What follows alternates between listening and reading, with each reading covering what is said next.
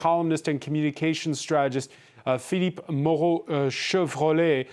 Philippe, France has been in kind of uncharted territory ever since Emmanuel Macron in 2022 won a second term but failed to get an outright majority in Parliament. He's still got 3 years left in his term-limited mandate. What to make of this resignation? For the moment, we are expecting to have the name of the next Prime Minister.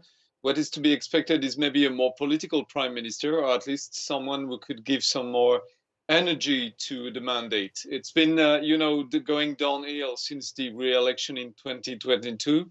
And the president encountered many difficulties in order to pass the laws he wanted to pass, in order to stabilize its own majority. He has basically lost the support of 60 MPs that voted against his immigration law, and he's in balance for the moment. He's uneasy with his own majority.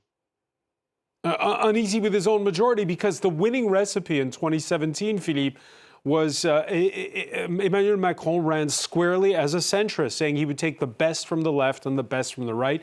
And he picked off a lot of big-name politicians from the center-right and the center-left.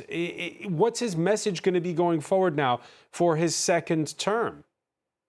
Well, he wants to remain in this uncharted center-right, center-left territory.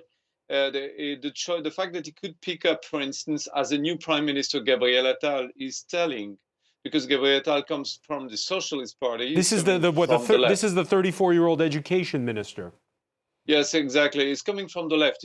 For one thing, he's very young, and the other thing is that he's coming from the left. And Emmanuel Macron loves to play this game of revealing his own ideological positions.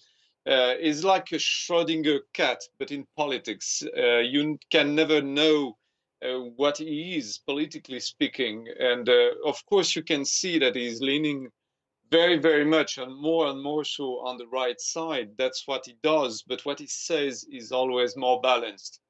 Is this something that the French relish? They like a president who, to stay above the fray, keeps everyone guessing?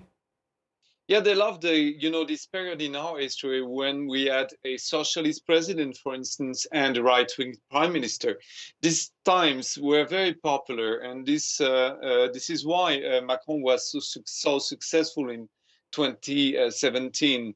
Now they have started to resent that ambiguity because we are in a period in time of tensions. And on the international side, for instance, in international affairs, the ambiguities of Emmanuel Macron really play against him. And more we are willing collectively to restore some kind of right-left policy or fight in order, to make things clear, because the country needs more clarity and demands more clarity.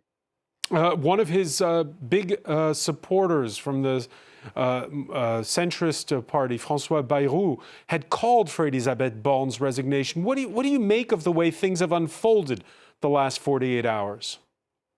I think the president wanted to keep Élisabeth Borne the longer he could, and he never wants to act under pressure. The fact that this time he decided to act under pressure is very revealing and telling of the weakness of his current position. Because all the time previously, each time the other party members, party leaders such as François Bayrou did demand something from him, he did refuse to do it. He never acts under pressure. If he does it now, it's because he's weak and he needs to restore some balance. That's unprecedented. And the situation that we live is really something kind of historical on the Macron level. Yeah, we've seen that, again, he doesn't have this majority in Parliament. Recently, to pass this immigration reform bill, he was forced to bow to the stronger language employed by the more conservative French Senate. And all this has played to the hands of the far right. Will this cabinet reshuffle also continue to bolster Marine Le Pen? Probably yes. Why? Because Emmanuel Macron doesn't want to have any competitor. even on his side, he doesn't want to have any successor. That has been the case of most presidents when they leave power, when they don't want to have any competitor to have any successor, really. So there is no major figure in the government or even amongst Macron's supporters that can compete with the right and with the far right, with Marine Le Pen. So the problem is there is no one that can stand against Marine Le Pen with enough credibility and political strength for the moment. Edouard Philippe could maybe compete tomorrow if he decides to start some kind of a strong campaign. But for instance, we don't even know what Edouard Philippe thinks of the Israeli-Palestinian conflict. We don't know. He doesn't talk about it, so he's not really campaigning.